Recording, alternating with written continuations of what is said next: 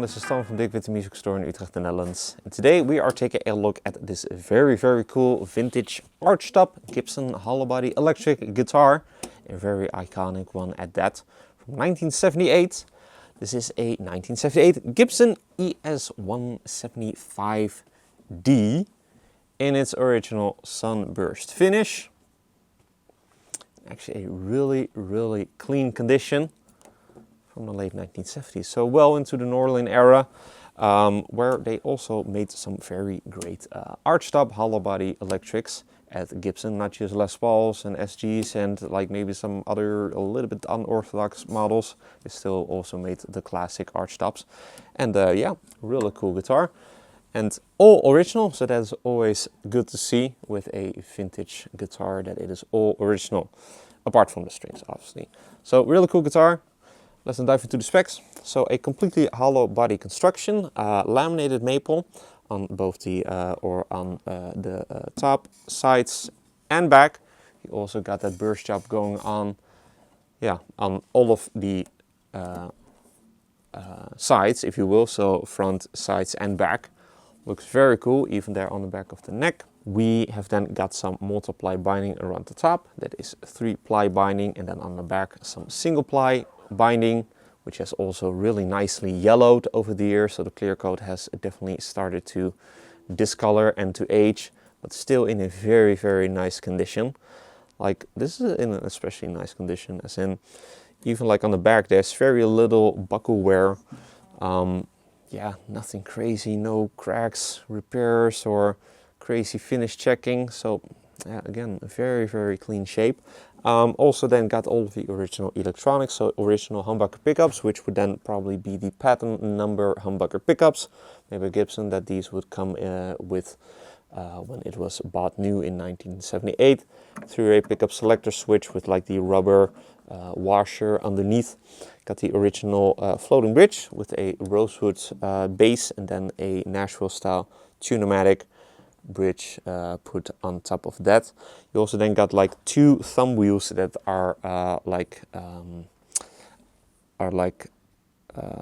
installed onto the posts in order to kind of like combat or prevent post leaning, if you will, so that from the tension that the bridge post would not start to like lean forward or backward, and then yeah, you would get some issues.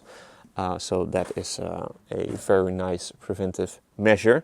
You've then got the original ES-175 style tailpiece, trapeze tailpiece, original pickguard with your original bracket, dual arm and dual tone controls. Kind of then got the 1970s control knobs, which are also known as the witch hat knobs, which look really cool. They then also read volume and tone for, again, each of your humbucker pickups. Input jack over here on the side. Also then got your strap button over here and an aftermarket one put onto here, which is very tall actually. Like, this is a very long strap button. Not entirely sure if it is like from a certain brand or some different model, but what I do know is that it is very tall, which looks a little bit interesting, but it just works obviously perfectly fine. Moving on to the neck, that is a maple neck that then appears to be a 3-piece maple neck, with also again that same burst job going on. You got quite a slim profile, it's quite thin, but it beefs up just a little bit, but overall it's pretty consistent. Overall just a C shape, so very nicely rounded, and just a very accessible and very easy feeling and playing neck. I am pretty sure that most people would just be perfectly fine playing this neck as is, so that is obviously a good thing. Rosewood fingerboard with some binding, and then the split parallelogram pearloid inlays. Also then got the original frets, which are also in a pretty good shape. I do think that these have been recrowned once or twice in its lifetime, but still quite some meat left, so I wouldn't worry too much about getting like a refret done or something like that. Just plays really nicely as is. So yeah, obviously also very good. And then we've got the original nut, which is I'm guessing made out of some sort of a synthetic bone material that they used in the 1970s, so maybe micarta or something like that. Headstock with your logo done in mother of pearl, as well as your crown inlay there. Definitely 1970s style, so a little bit blockier looking and a little bit wider of a headstock shape. And then your truss cover, obviously. And then on the back, we've got your original Gibson embossed tuners, which are Cluescent. I'm not 100% sure. You do got like a little bit of a logo there in the corner of each, like the upper right corner of each of the tuners. But I'm not sure what that stands for, what that means. But I do know that these are definitely original, because you see these types of tuners on a lot of later 1970s Gibson electric guitars especially. So that's very cool to see those original tuners. And you've then got your volutes over here. That's also obviously very much 1970s. Then last thing to mention, it also comes with a hard shell case, kind of like a later hard shell case. I'm guessing from like the 1990s, or maybe like the 2000s. So like this brown leather exterior and then a pink interior. Does it come with that blanket? Yeah, it has the plushy blanket that then goes over the top of the guitar. So it is actually a very, very nice and very fancy case. So that's obviously very nice to see for this very fancy Jazzbox archtop electric guitar.